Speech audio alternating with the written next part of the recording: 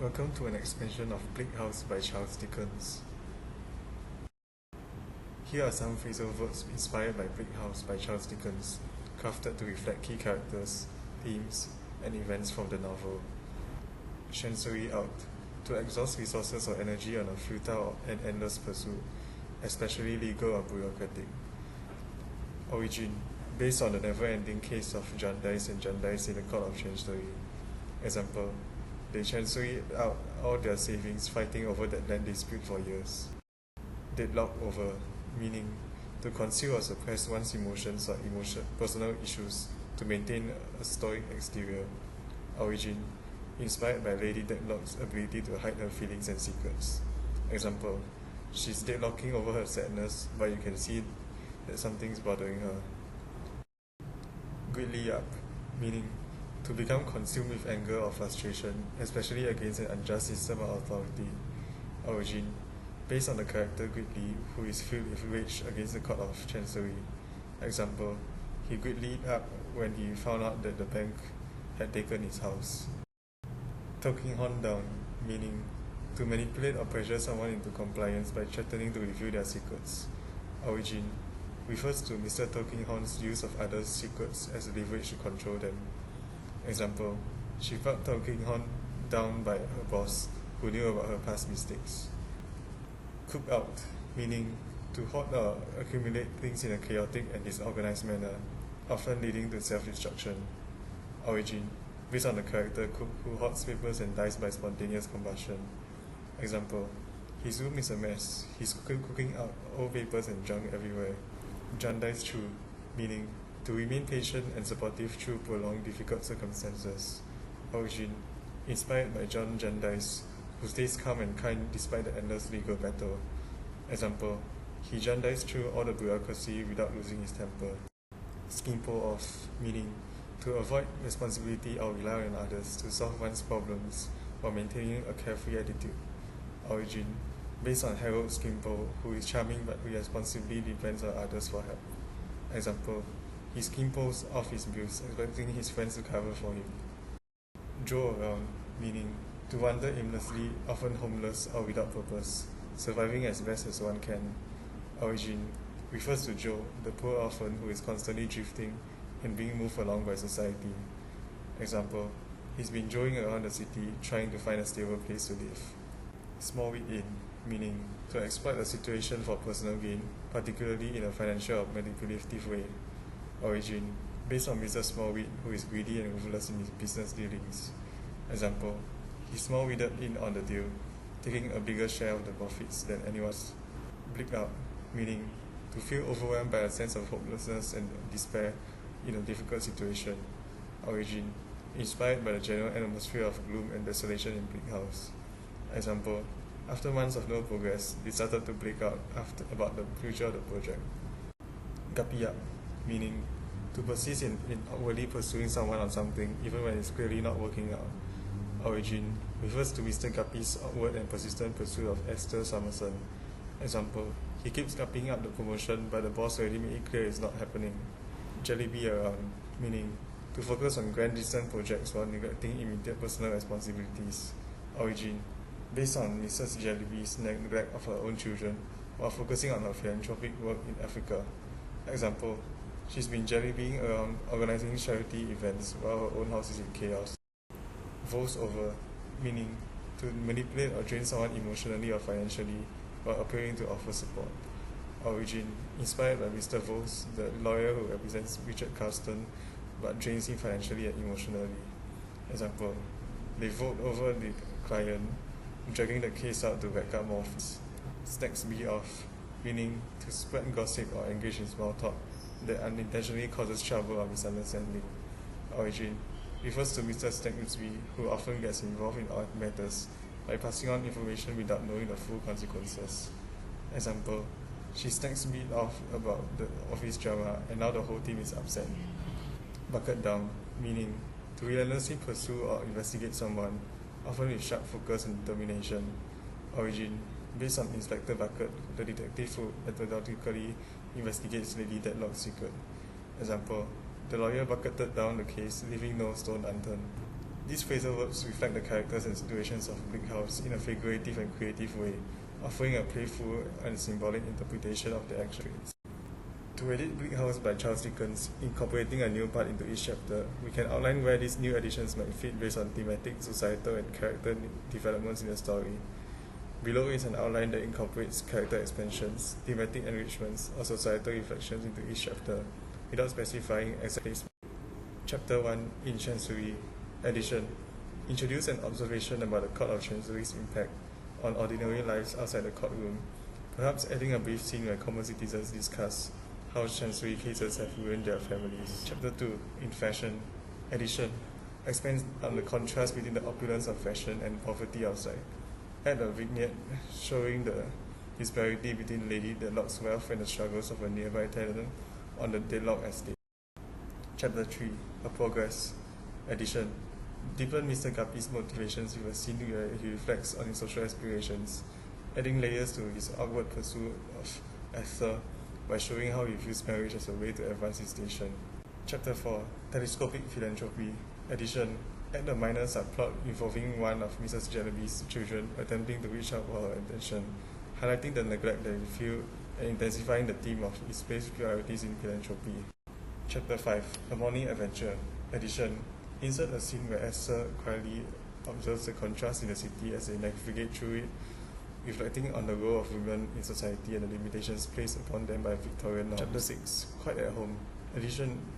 Explore John Jandai's internal thoughts more deeply, focusing on his perspective on charity and responsibility, showing his quiet frustrations with the legal system and its effects on others. Chapter 7, The Ghost's Walk.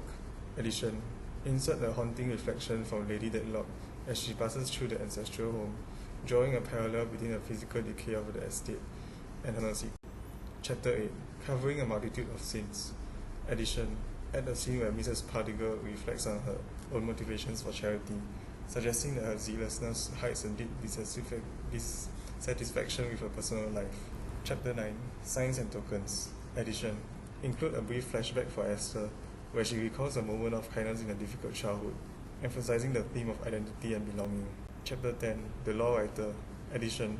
Expand on the character of Nemo by adding a scene where he interacts with another impoverished law writer, underscoring the brutal effects of the legal system on the lower classes. Chapter 11, Our Dear Brother. Addition. Include a segment where the children in the slums talk about Joe, expanding on the theme of forgotten lives in the city's underbelly and highlighting societal. Chapter 14, Deportment. Addition. Expand on the theme of appearances by showing the contrast between the Dedlock's public image and their private lives. Add a brief interaction between Lady Dedlock and her servant, illustrating the rigid class structures of the time. Chapter 15, Bellyard. Addition. Include a scene where the residents of Bellyard discuss the Chancery case, adding more perspective for ordinary people whose lives are indirectly affected by the court's delays and actions. Chapter 16, Tom All Alone's. Addition. Add a description of the physical decay of Tom All Alone's, with Esther reflecting on the larger theme of urban neglect and how it parallels the decay in personal relationships. Chapter 17, Esther's Narrative. Addition. Deepen the focus on Esther's emotional growth by including a scene where she reflects on her developing friendships, particularly with Ada, and how they shape her sense of self-worth. Chapter 18, Lady Dedlock. Addition. Include a private moment for Lady Dedlock. She reveals her inner conflict between her duty and her buried past, adding depth to her character's emotional complexity. Chapter 19, Moving On. Addition. Expand on the theme of transitions by adding a scene where the characters briefly encounter a travelling family, illustrating the lack of stability for the poor in Victorian society. Chapter 20, A New Lodger. Addition.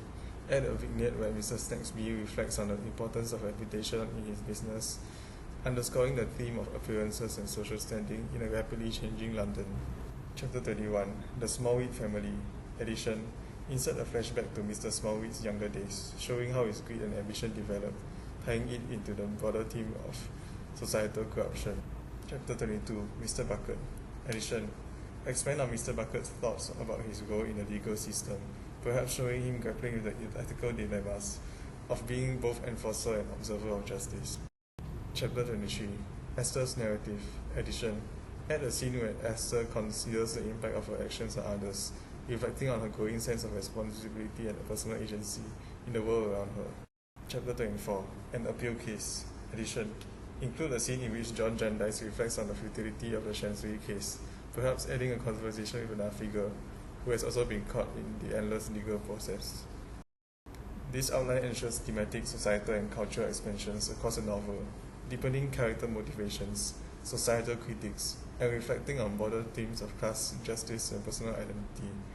The additional parts aim to add texture and complexity to the novel without disrupting its core narrative. Bleak House by Charles Dickens is a complex novel with multiple themes, societal critiques, and cultural elements, making it ripe for exploration through prequels and sequels. Here are suggestions based on these dimensions. Thematic prequels: Injustice and Corruption in the Legal System. Title: The Origin of Chancery. Focus: the origins of the Jarndyce and Jarndyce lawsuit, delving into the history of the family conflict, the creation of the will, and the early manipulations that set the stage for the endless legal battle. This prequel will explore how injustice and corruption become institutionalized in the legal system. Class divide and poverty. Title: London's Shadows. Focus: the harsh realities of poverty in London before Bleak House, focusing on the early lives of characters like Joe and the wider conditions in the slums. This will depict the root causes of the class divide, exposing the systems that trap the poor in cycles of deprivation. The Burden of Secrets. Title: Hidden Hearts. Focus: Lady Dedlock's life before her affair, revealing how societal pressures and personal desires led her to make choices that would eventually unravel her life. It could explore themes of identity, repression, and emotional isolation. Thematic sequels: Redemption and Reconciliation. Title: After the Storm. Focus: Esther Summerson's life after the events of Bleak House, focusing on a quest for emotional reconciliation and personal fulfillment. The novel could explore how she navigates her complex relationships, including her sense of duty towards John Jarndyce and her feelings for Ellen Woodcourt. Bureaucracy and Social Reform. Title: A New Order. Focus: Richard Custon's younger brother or another character becomes involved in legal or political reform efforts, seeking to challenge the bureaucracy and inefficiencies of Chancery. The sequel will explore whether meaningful reform is possible or if the system is too entrenched to change. The Cycle of Inheritance and Greed. Title: House of Shadows. Focus: a new generation of the Jarndyce family grapples with issues of inheritance and greed. The sequel would explore whether the family has learned from the mistakes of the past or whether new legal battles arise over it. Societal prequels. The Rise of the Bourgeois. Title: Merchants of London. Focus: the rise of the bourgeois in Victorian England, focusing on characters like Mr. Guppy or Mr. Tulkinghorn. This prequel will explore the evolving business culture and social mobility in the early 19th century, showing how these forces shaped the London of Bleak House. The Legal System and the Birth of Chancery. Title: Court of Dust. Focus: the history of the Chancery court system, portraying how it grew into a symbol of inefficiency and corruption. This prequel will explore the creation of legal institutions in England and the societal consequences of legal delays. Urbanization and the London slums. Title: Cradle of the Streets. Focus: the rapid urbanization of London, which created sprawling slums and exacerbated the conditions of poverty. The prequel would focus on the rise of industrial London and how this shift in society impacted characters like Joe and the working class population. Societal sequels: Legal Reform and Social Justice. Title: The End of Chancery. Focus: the aftermath of the Jarndyce and Jarndyce case, focusing on a new wave of reformers determined to overhaul the legal system. The sequel could explore how society reacts to the fall of the Chancery Court and the broader implications for justice and fairness in Victorian society. Philanthropy and Public Health.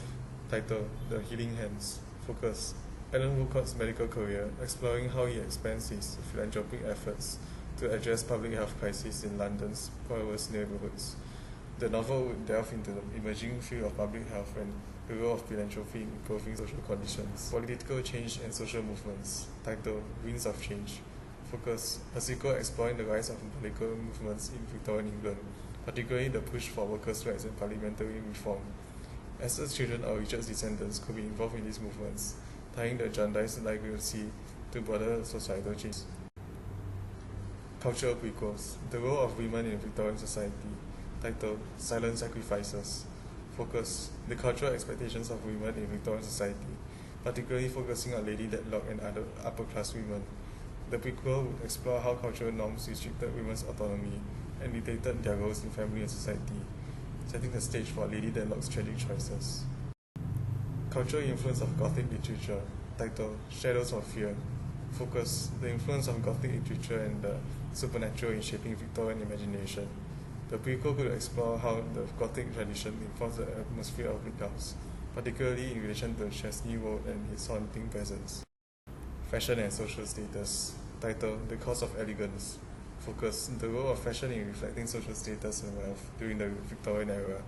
Characters like Mrs. Jellyby or Lady Deadlock could be explored in a prequel that examines how fashion shaped personal identity and social standing. Cultural sequels. Changing gender roles. Title: New Dawn. Focus: the cultural shifts regarding gender roles in late Victorian society, especially as women began to push for greater rights and visibility. A sequel focusing on Esther Summerson's daughters, or another female character, could explore how these new cultural shifts affect their lives. Victorian morality and public life. Title: Masks of Virtue. Focus: the tension between public morality and private vice in Victorian society. The sequel could follow Mr. Tulkinghorn's successor or a new public figure as they grapple with the cultural expectations of moral rectitude in a society rife with hypocrisy. The arts and popular culture. Title: Stages of Society. Focus: the cultural rise of popular theatre, music halls, and the arts in Victorian England. The sequel could follow characters like Mr. Guppy or a new generation as they navigate the changing cultural landscape and the rise of entertainment as a cultural force. These prequels and sequels would provide rich exploration of these societal issues and cultural nuances present in Bleak House, while also expanding the story in meaningful ways.